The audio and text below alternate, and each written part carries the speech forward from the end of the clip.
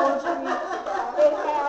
It had stuff about me discovering I'm from Africa in 1980, and it was really, really powerful to read. And it had my drawings and things and cards that I made. So I thought this would be a book of that poetry. But what happened when I started putting this together, all this other stuff started coming, which is where that piece came from. And so it went in a whole nother direction, just like creativity does. When you surrender, and that's a piece of it, you have to surrender, which I'm always learning and relearning. That's the whole point. And so both of these books are acts of surrender. It's got nothing to do with me. I'm just a vessel, because if it was me, I would have quit a long time ago. Because I like to sleep and I don't want to face my stuff most of the time. But you do that. So one of the things that helped as a part of this process is that I took some writing workshops, and a lot of writers talk about that when they are writing. And one workshop that I took was a memoir writing workshop at my church, also Unitarian Church on 16th Street. And so one of the instructors, she had us write these 6-word memoirs, and people who know me know that I'm a big fan of them. And you just take any 6 words and you put them together. And so me just having to deal with 6 words really cut through a bunch of challenges. And I ended up creating chapters, because all I could handle was 6 words. Sometimes that's all a sister can do, is just put 6 words together. So these are just some of the chapters that I came up with. Chapter 2, which I'm about to read from because it's Women's History Month, welcome everybody, is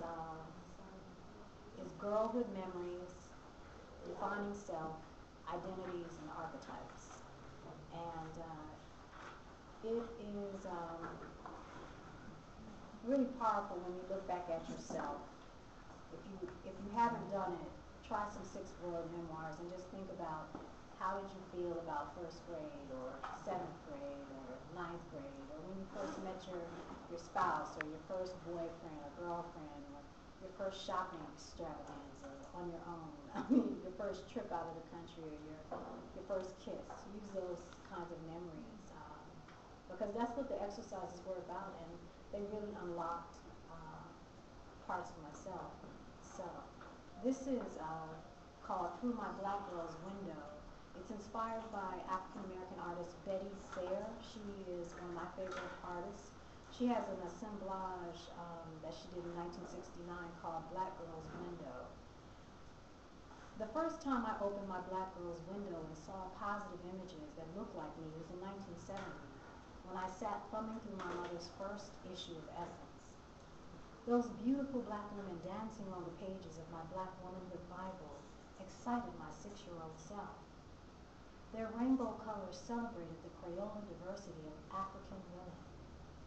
Their physical features were chiseled by African ancestors and blended with Middle Passage heritage. Their lips were full and juicy with goodness, puckered and thin with devastating smiles, and in between a middle line of blackberry sweet. Their hair was luscious and thick, fine and straight, curly and fuzzy, braided and elegant.